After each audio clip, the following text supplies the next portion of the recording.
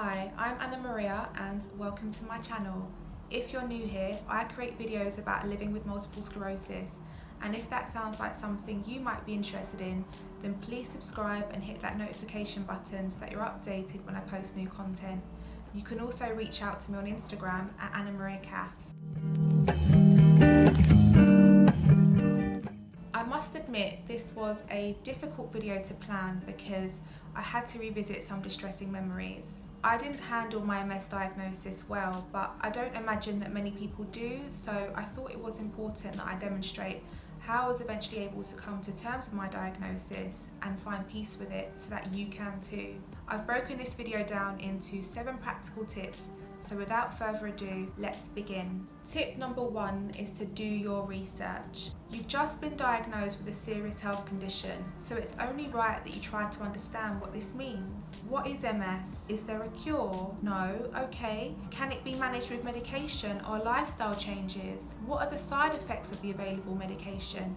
How might MS affect me in the long term? These are probably some of the questions that are playing on your mind, and unfortunately, a 15-minute appointment with your consultant once a year isn't going to sufficiently answer all of them for you. I therefore encourage you to take the initiative to do your own research and become your own advocate. This practical tip does come with a warning though, because there is such a thing as too much research. Considering the type of person that I am, and that I like to feel in control and really analyse what's going on around me and to me, I was spending hours every night reading up on MS when I was first diagnosed, as if I was somehow going to stumble upon a cure. And slowly but surely it became an obsession whereby I couldn't get to sleep until I'd scoured the internet for more information. And I won't lie, sometimes I would wake up in the middle of the night to continue my search. You need to be mindful of the type of material that you expose yourself to as well. Ask yourself, is it really helpful to be reading stories about a celebrity who's had MS for 30 years and is now bedridden when you've just been diagnosed in a different era and your symptoms are rather mild in comparison? In fact, there is no comparison. That person's reality has no connection to yours.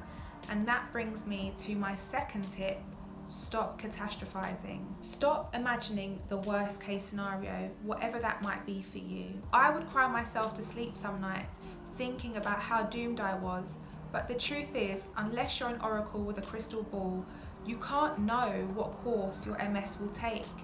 Everybody's course is different, and not everybody will reach the same disability milestones. So stop worrying about things that haven't happened yet.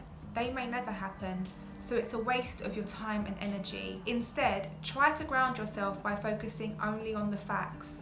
What symptoms do you actually have, and what can you do to manage them? But, there's always a but, isn't there?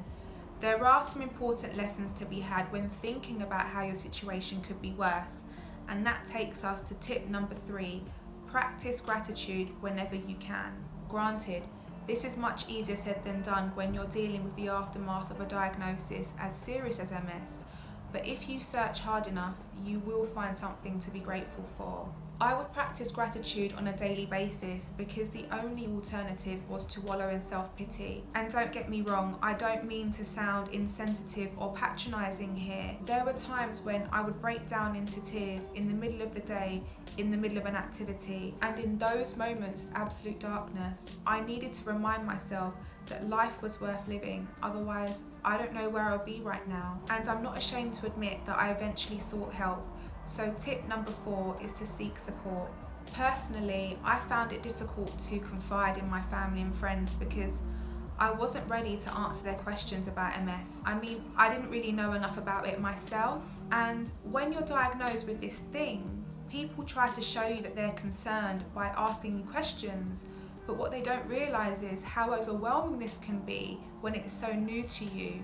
So I avoided those conversations. What I did do though was join online forums to connect with other people in my shoes. And for a while, knowing that I wasn't alone was enough to keep me going. But when I was feeling really low, I made the decision to refer for talking therapies through IAPT, an NHS service in England, and completely free of charge. I found this to be really beneficial, so I'll put a link to it in the description box below. What became evident through my talking therapy was how self-critical I was.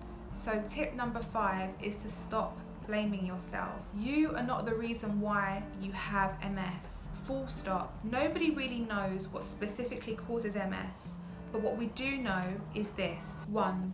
You must be genetically predisposed. Since when were you in control of your genetics, right? I rest my case, but just for argument's sake, I'll let this play out a little while longer. Criterion 2, low vitamin D before the age of 15. Again, this is something that was out of your control. You lived where your parents or your guardians lived, and they probably lived somewhere far away from the equator. Criterion 3, exposure to the Epstein-Barr virus. And no, that is not your fault either.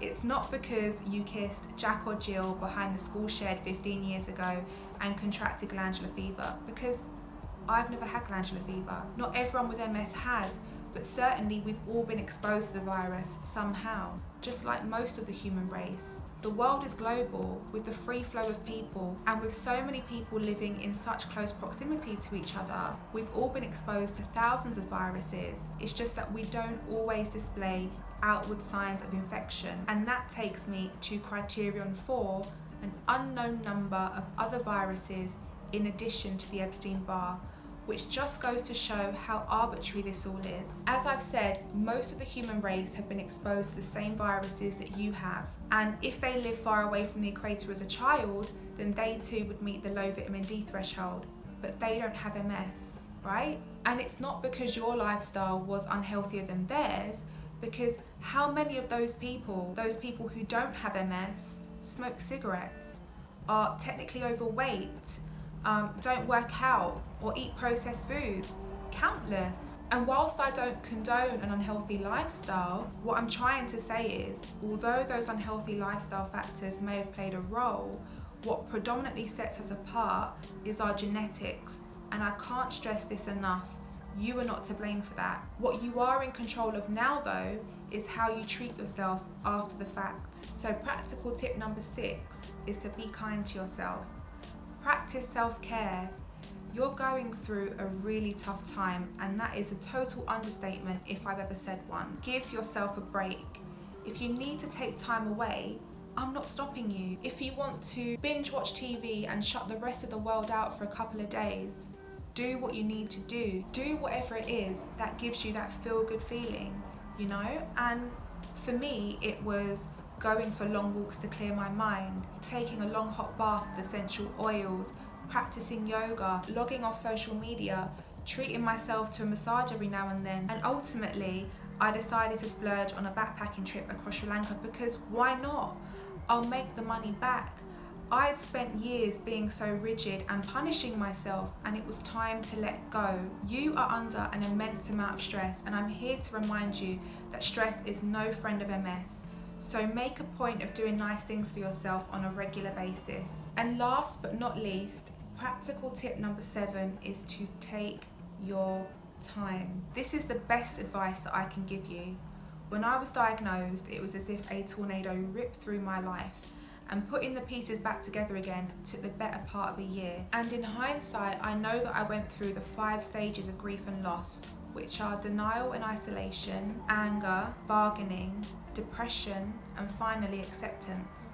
I can't know how long it will take for you to get to a place of acceptance, because everybody grieves slightly differently, but the point is you need to give yourself the time to process what you're going through, to feel the wealth of emotions that go hand in hand with the diagnosis, and heal according to your own time frame, nobody else's. And that's the end of this video.